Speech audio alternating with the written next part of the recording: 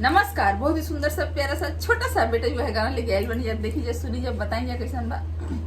अरे अमावा के डालिया से बोले ला सुगनवा, हम चलब तोहरी बारात। अरे अमावा के डालिया से बोले ला सुगनवा, हम चलब तोहरी बारात। अरे सब कोई चाली है हो कार मोटर कार से, हम चलब आकाश। अरे सब कोई चली है हो कार मोटर कार से, हम चलब आकाश। अरे अमावा के डालिया से बोले ले सुगनवा, हम चलब तोहरी बारात। अरे अमावा के डालिया से बोले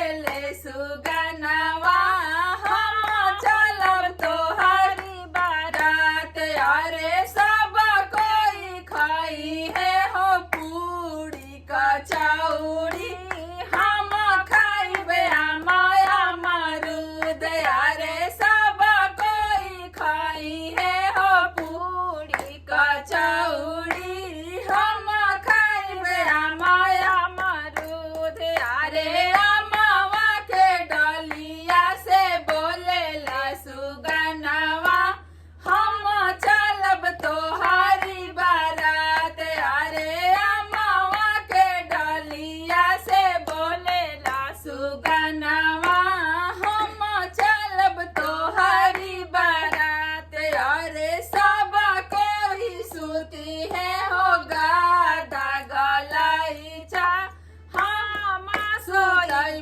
लाली खाट। अरे सब कोई सोती है हो गादा गलाइचा, हम सुतब लाली खाट। अरे अमावा के डालिया से बोले ला सुगनवा, हम चलब तोहरो बारात। अरे अमावा के डालिया से बोले ला सुगनवा, हम चलब तोहरी बारात।